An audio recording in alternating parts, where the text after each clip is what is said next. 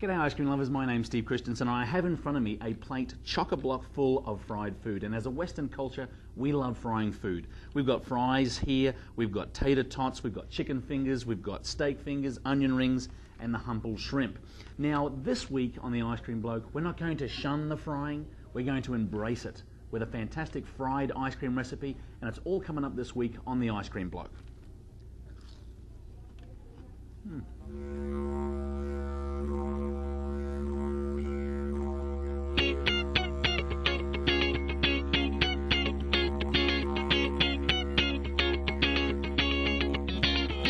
G'day ice cream lovers. Okay ice cream lovers, well welcome back to Ice Cream Headquarters here. It's been a little while since we've had a recipe online. We've been travelling all over the place, visiting some fantastic stores, and if you want to see some of our previous episodes, then go to theicecreambloke.com, and all of the information as well as all of our previous episodes and recipes are at that location. Now, we need a low overrun ice cream to make a nice fried ice cream. So you can go and buy store-bought ice cream if you like, but there's a lot of air whipped into that and it tends to degrade when it's in the fryer relatively quickly. So if you can make your own in your ice cream maker at home, it'll have less air and be more dense. So what we've done in favour of the fall season that's upon us, we've made a beautiful pumpkin spice ice cream, which of course that our recipe is on the website, theicecreambloke.com. And we're going to take, we've let it temper up a little bit, and we're going to take a nice round ball with 2 scoops here, and we're going to fashion that ball and squeeze that together as tight as we can, because as firm as that will be, the better it will be when we coat it with our special coating, and we'll fry that up, and you'll be the envy of all of your guests.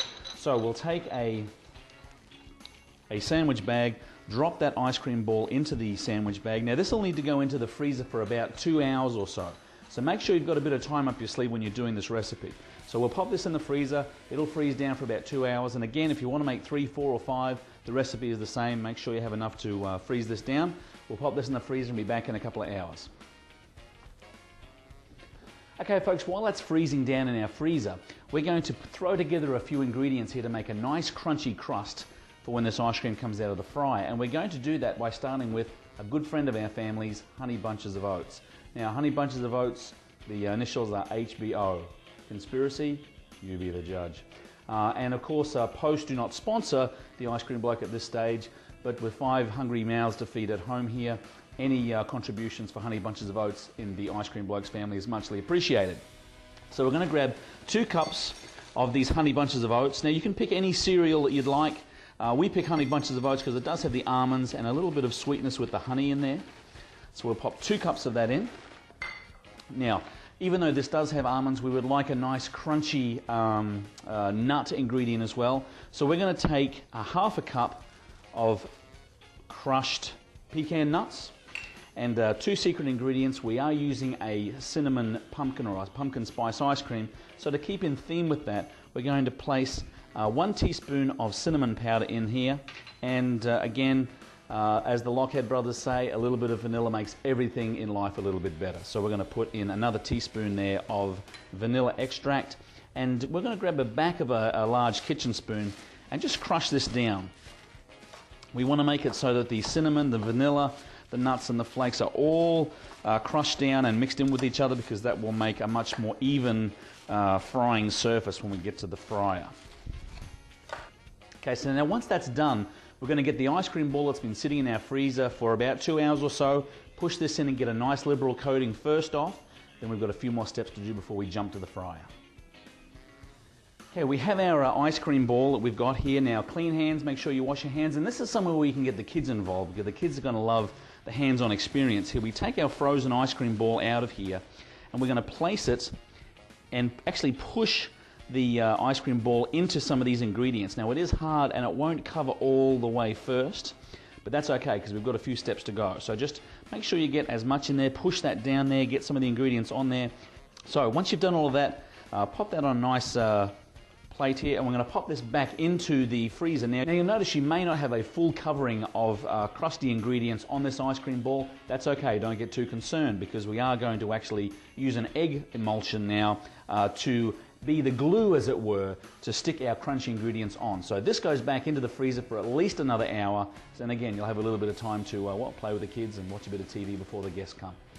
While we're freezing for our second term here in the freezer, we're going to take 2 eggs, and we are going to make, as I say, the glue that's going to hold the crunchy ingredients onto our ice cream.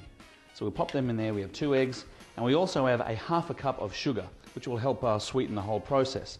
Now again, if you're going to use a sugar, make sure you use a finely granulated one. This is we're using is a baker's sugar.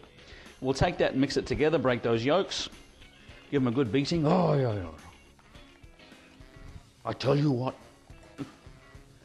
I tell you what, the fun we have in ice cream headquarters.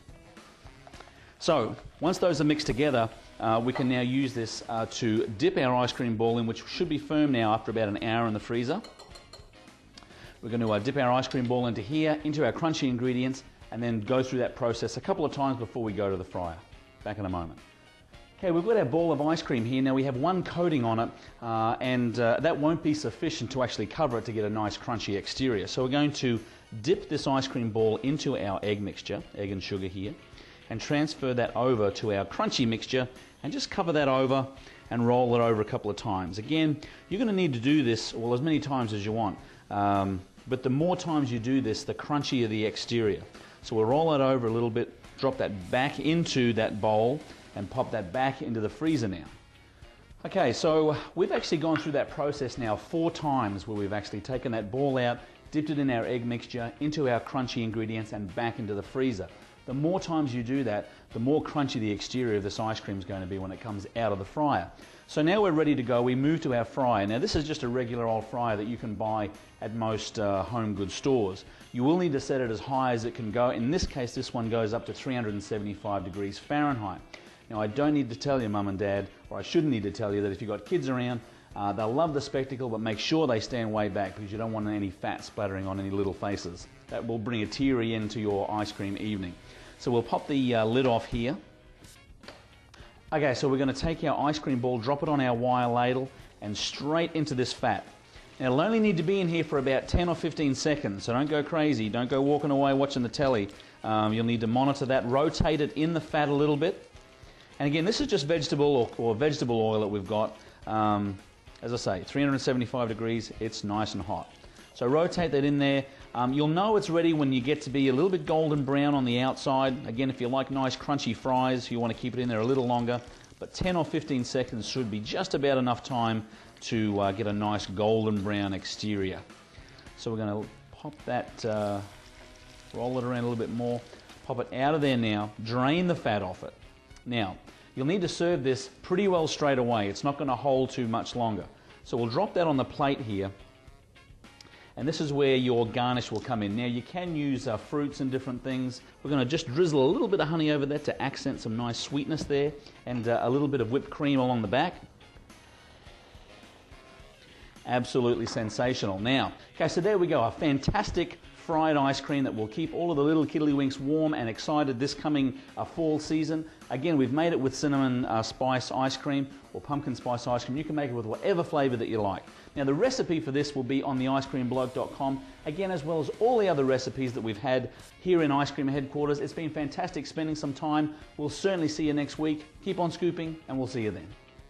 And take a wire strainer or a frying spoon. What is this called?